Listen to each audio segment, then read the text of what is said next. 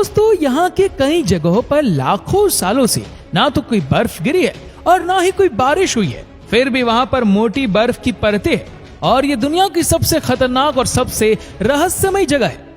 आपको अगर इस दांत पर जाना है तो अपना एक दांत निकलवाना पड़ेगा और यहाँ पर कोई भी टाइम जॉन नहीं है। यहाँ पर हड्डियों को जमा देने वाली ठंड है। यहाँ पर एक भी इंसान स्थायी निवासी नहीं है। यहाँ पर कोई भी सांप, कोई भी लीजर्ड, कोई भी मेंढक और सांप जैसा जीव नहीं पाए जाते। यहाँ पर ज्यादातर जगह ऐसी है जहाँ पर इंसान तो क्या, पृथ्वी के किसी भी जीव के कोई भी कदम पिछले करोड़ों सालों में नहीं पड़े। ये है अंटार्कटिका। अंटार्कटिका ये पृथ्वी के छोर पर नीचे दक्षिण में बसा एक महाखंड है। यहाँ पर दोस्तों आप जाओगे तो आपको लगेगा कि आप पृथ्वी पर नहीं लेकिन किसी और प्लेनेट पर हो। साउथ पोल यानी दक्षिण ध्रुव इसके बीचों बीच सेंटर में स्थित है और ये महाखंड 140 लाख वर्ग किलोमीटर के विस्तार के साथ एशिया, अफ्रीका, उत्तरी अमेरिका और दक्षिणी अमेरिका के बाद दुनिया का 5वां सबसे बड़ा महाखंड है। ये महाखंड यूरोप से 1.5 गुना और हमारे भारत से 4.5 गुना बड़ा है। ये विश्व की सबसे ठंडी, शुष्क और तेज हवाओं वाली जगह है और यहाँ पर हड्डियों को जमा देने वाली ठंड पड़ती है। इतनी ठंड जिसकी आप कल्पना नहीं कर सकते। दोस्तों अंटार्कटिका का आज तक का सबसे रिकॉर्डेड कम तापमान -89.2 डिग्री सेल्सियस रहा है। ये टेम्परेचर आज तक का पृथ्वी का सबसे कम रिकॉर्डेड टेम्परेचर है और ये रिकॉर्ड 21 जुलाई 1983 में बना था। दोस्तों इतनी ठंडी जगह का एक आश्चर्यजनक फैक्ट ये भी है जिसे जानकर शायद आपको विश्वास ना हो कि ये पूरा खंड आज से 53 लाख साल पहले बहुत ही गर्म हुआ करता था, जहाँ का तापमान हमेशा 20 डिग्री सेल्सियस से ऊपर ही रहता था और वहाँ पर खजूर के पेड़ भी उगते थे। लेकिन जाहिर सी बात है कि उस समय अंटार्कटिका खंड का भूभाग पृथ्वी के दक्षिणतम छोर पर नहीं था। पृथ्वी की टेक्टोनिक प्लेट्स के सतत सड़ने के कारण आज अंटार्कटिका महाद्वीप पृथ्वी के दक्षिण छोर पर जाकर खड़ा हुआ है। लाखों सालों से होने वाले इन गतिविधियों के कारण पृथ्वी पर कई द्वीप, महाद्वीप या देश एक दूसरे से अलग हुए या एक दूसरे से जुड़ गए। उदाहरण के लिए ये बताएं तो हमारा देश भारत आज से करीब 150 मिलियन साल पहले अफ्रीका महाखंड का हिस्सा हुआ करता था और जियोग्राफिकल गतिविधियों की वजह से भारत अफ्रीका महाखंड से अलग होकर साउथ एशियाई महाखंड की ओर बढ़ने लगा और साउथ एशियाई महाखंड से टकराया और इस टकराव के कारण इन दोनों के जुड़ाव वाला भाग ऊपर उठने लगा और आज हिमालय की पूरी पर्वत श्रृंखला में माउंटेन्स बने। माउंट एवरेस्ट भी इसी भौगोलिक गतिविधि के कारण इतना ऊंचा शिखर बन पाया है। दोस्तों आपको जानकर ताज्जुब होगा कि अंटार्कटिका की कई सारी जगह ऐसी है जहां पर पिछले 20 लाख सालों से ना तो कोई बर्फ गिरी है और ना ही कोई बारिश हुई है, फिर भी वहां पर 20 लाख साल पुरानी बर्फ के बड़े बड़े पहाड़ मौजूद है और यह जगह पृथ्वी पर की सबसे शुष्क जगह है।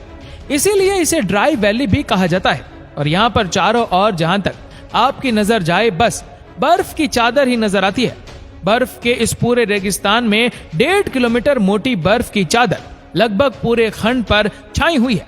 जी हाँ दोस्तों, ये एक मोटी बर्फ की चादर के नीचे ढका एक महाखंड है और यहाँ पर संपूर्ण अर्थ का 90% पानी मौजूद है। जी हाँ दोस्तों, इसका मतलब यह है कि पूरी पृथ्वी का 90% पानी सिर्फ अंटार्कटिका पर ही बर्फ के रूप में मौजूद है और बाकी का 10% पूरी पृथ्वी पर है, जिनमें नदियां, जलाशय, महासागर, बारिश का पानी ये सब मिलाकर आता है। अब सोचो दोस्तों कि यहाँ की अगर सारी बर्फ पिघल जाए तो पृथ्वी का क्या हाल होगा।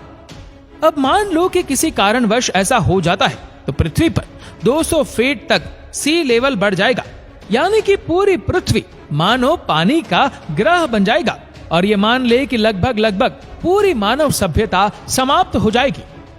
आज हमारी पूरी दुनिया में कोई भी देश या कोई भी छोटा सा रिमोट एरिया भी ऐसा नहीं है जहां पर मानव बस्ती ना रहती हो, लेकिन अंटार्कटिका इसमें अपवाद है। इतना बड़ा महाखंड होते हुए भी वहां का कोई स्थानीय निवासी नहीं है। जी हाँ, पृथ्वी पर कोई भी इंसान अंटार्कटिका का नागरिक नहीं है, किंतु यहाँ पर विविध देशों के रिसर्च स्टेशन है जहाँ पर सालाना करीब 2000 से 5000 लोग आते जाते रहते। अंटार्कटिका में भारत ने अब तक 3 रिसर्च स्टेशन ढाले हैं, जिनमें से 2 एक्टिव है। अंटार्कटिका में मैकमुर्डो नाम का अमेरिका का एक न्यूक्लियर पावर स्टेशन भी है, जो साल 1962 से यहाँ पर चल रहा है। अंटार्कटिका में जो लोग यहाँ पर रिसर्च करने के लिए आते हैं, वो लोग यहाँ पर सिर्फ समर में ही 6 महीना रुकते हैं और यहाँ का समर भी बहुत ही ठंडा होता है, जबकि विंटर में तो किसी भी इंसान के लिए यहाँ पर रह पाना बहुत ही मुश्किल है। यहाँ पर जाने के लिए हर एक इंसान का, हर एक रिसर्चर्स का मेडिकल चेकअप होता है, जिसमें यह सुनिश्चित किया जाता है कि यहाँ जाने वाले हर एक इंसान की विजरम दांत निकाल दी है या नहीं। यानी कि अंटार्कटिका जाने वाले हर एक इंसान का विजरम दांत निकाल देने के बाद ही उसे अंटार्कटिका जाने की परमिशन मिलती है। दोस्तों, आपको ये जानकर ताज्जुब होगा कि इस वीरान जगह पर भी इंसान जन्म ले चुके हैं। एमिलियो प्लामा नाम का एक व्यक्ति दुनिया के इस आखिरी छोर पर जन्म लेने वाला पहला इंसान बना था। दोस्तों, अंटार्कटिका एक वीरान जगह है और लगभग सभी कंट्री के लोग यहाँ पर जा रुकते हैं। ये जगह किसी कंट्री के अंदर में नहीं आती है, यानी कि किसी भी कंट्री की सरकार का इस पर दावा नहीं है। ये खंड ना तो किसी कंट्री के अंतर्गत आज तक हुआ है और ना कभी होगा। ये पूरा खंड एक सार्वजनिक जगह है। यहाँ पर ना तो कोई शहर है, ना कोई देश है, ना कोई बाउंड्रीज है और ना ही कोई गवर्नमेंट है। और यहाँ पर जो लोग जाते हैं वो जनरली साइंटिस्ट और रिसर्च पर्पज से ही जाते हैं। और फिर भी यहाँ पर आज तक करीब 11 लोगों का जन्म हुआ है और इन 11 में से किसी की भी डिलीवरी के दौरान या चाइल्डहुड में डेथ नहीं हुई है। यानी कि बाल मृत्यु का रेशियो अंटार्कटिका में 0% है। और जिन लोगों का अंटार्कटिका में जन्म हुआ है उन लोगों को उनके माता पिता के देश के ही नागरिकता हासिल है।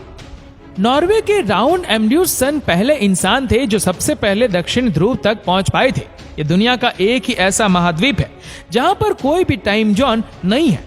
अंटार्कटिका में कई जगह ऐसी भी है जहां पर 350 किलोमीटर पर आवर की रफ्तार से हवा चलती है। पूरी पृथ्वी पर सिर्फ अंटार्कटिका और न्यूजीलैंड, ये दोनों ही ऐसी जगह है जहां पर किसी भी जाति के कोई भी सांप नहीं पाए जाते। अंटार्कटिका में अतिशय ठंड में रहने वाली स्पीशीज और प्राणी ही बहुत ही कम संख्या में मौजूद है, जिनमें पेंगुइन, सील, टार्डिग्रेड, बिच्छू और विभिन्न प्रकार की शैवाल और कुछ तुंड वनस्पतियों का समावेश होता है। और ये सब जीव भी अंटार्कटिका के समुद्र किनारे पर रहते हैं, जो कि न्यूजीलैंड के साउथ में और कुछ समुद्र किनारे चिली के साउथ में। इसकी मुख्य भूमि पर यानी कि अंटार्कटिका के सेंटर में कोई भी प्राणी या कोई भी जीव नहीं रह पाता है। यह स्थान कई रहस्यों से बिखरा है। कई वैज्ञानिकों का पुख्ता तौर पर यह दावा है कि एक समय पर इस जगह पर अति विकसित सभ्यता मौजूद थी।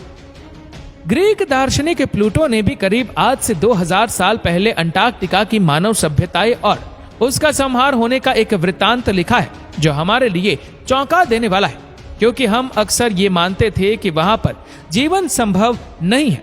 और इसलिए जानकर कुछ रोमांचक मनुष्यों ने अंटार्कटिका की पास्ट सिविलाइजेशंस पर रिसर्च करना शुरू कर दिया और वहां पर खोजबीन भी की। और वहां पर जाकर जो अवशेष और कुछ तथ्य जो सामने आए वो प्लूटो के दावे से हूबहू मिलते जुलते थे। इस पर कुछ वैज्ञानिक का कहना है कि हो सकता है कि सालों पहले हमारे ही पौराणिक सभ्यताओं के कुछ लोग इस जगह पर पहुंचे हो, और ये भी हो सकता है कि पिछले कई सालों से रिसर्च सेंटर को चलाने वाले कई लोग इन अवशेषों को दिखाकर कोई भ्रम पैदा करना चाहते हो।